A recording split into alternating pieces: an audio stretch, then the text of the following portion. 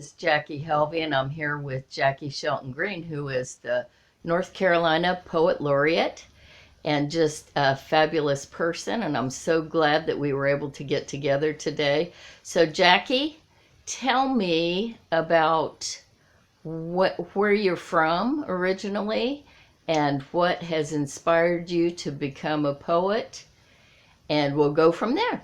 Okay, thank you, Jackie.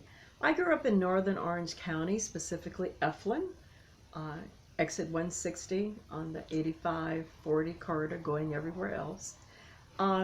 I'm a child of the 60s, growing up through the civil rights movement, through the desegregation of public schools.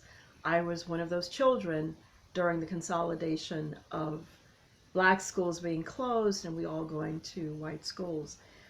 Perhaps the most poignant thing that ever happened to really impact my writing was being kicked out of public schools in Orange County for participating in a series of efforts to encourage the white powers that be to acknowledge that we were there as black students, to make sure that we were included in all of the programming. Long story short, I was kicked out and I landed in a Quaker boarding school in Bucks County, Pennsylvania. And Mm. I've been writing all of my life, ever since I was a small child. I've been keeping diaries, I guess, since I was 6 years old. I remember my mom giving me my first diary when I Wow. was 6. And I have all those diaries. I've been keeping diaries all my life. And journaling and diary writing, writing poetry. One of the best things about going to segregated schools were black teachers of that generation were very, very, very intentional about enunciation and language and presence. So if you're a little black child of that generation, you know about being stuck up in front of audiences for Christmas programs and all of those school programs. And I was a May Day queen. We actually had May Day celebrations. So those are tender moments that have informed, directed, and guided me to this place.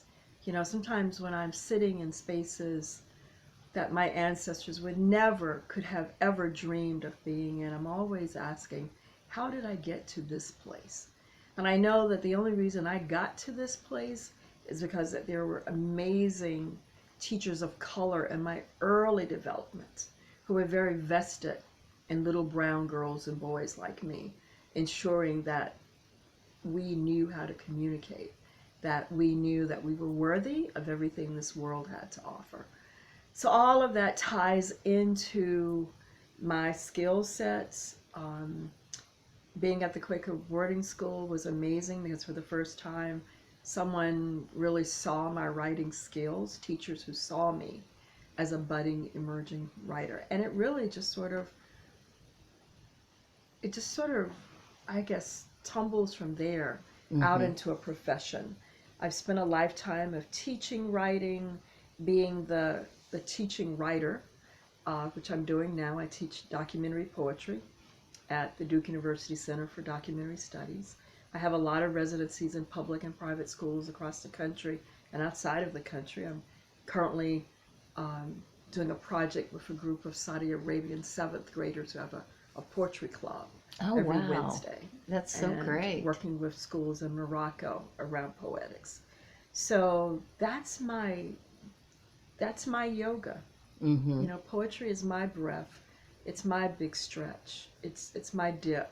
Um, it's the balance in my life. And I find poetics and poetry in just about everything. I believe in the ordinary, you know, like how do we find creativity and art and the music and just ordinary task. So that's what I want as a poet laureate of North Carolina. That's what I want the people that I engage with to understand, that you don't have to have the MFA. You don't have to even have had one writing class. We're all scribers. We are all scribers. We all have stories. And those stories need to be heard. They need to be written. They need to be preserved. So that's where I am right now in my life. I have a lot of projects going on. Duke University just awarded Chris Sims, who's a documentary photographer at Duke with me. We just got a grant. We just got awarded monies to execute a grant that we wrote to examine race relations in Alamance County, historical race relations. Oh, interesting. So we're excited about that. My ancestors on my father's side come from Alamance County, specifically from the Hope Plantation. I'm excited about going down that rabbit hole. Yeah, so I'm at the cross section of history and poetry and photography, and a lot of collaborations for the next 2 years. Well, that's fantastic. And you recently were reappointed for another term as the North Carolina Poet Laureate. That must have been exciting since you've been sort of just Zoom meeting for the last year or so. Yeah, I was appointed officially in 2018, and I served 2018, 2019, up until March of 2020, and then I became the virtual poet laureate. So, yeah, when I finish in 2 years, it will be a 5-year run that I am very, very proud of the work I've been able to do, very proud and grateful to the citizens of North Carolina who have embraced me and worked with me and who are teaching me all the time. Well, I have to say that you are probably the best poet that I know, not only in your writing, but also in your uh, speaking poetry. You just have such a great voice, and you are also one of the hardest working people I've ever known. I said to you earlier, just reading about everything that you're doing makes me tired, but you've done a fantastic job with the role that you're in right now, and you also do workshops. I wanted to mention that.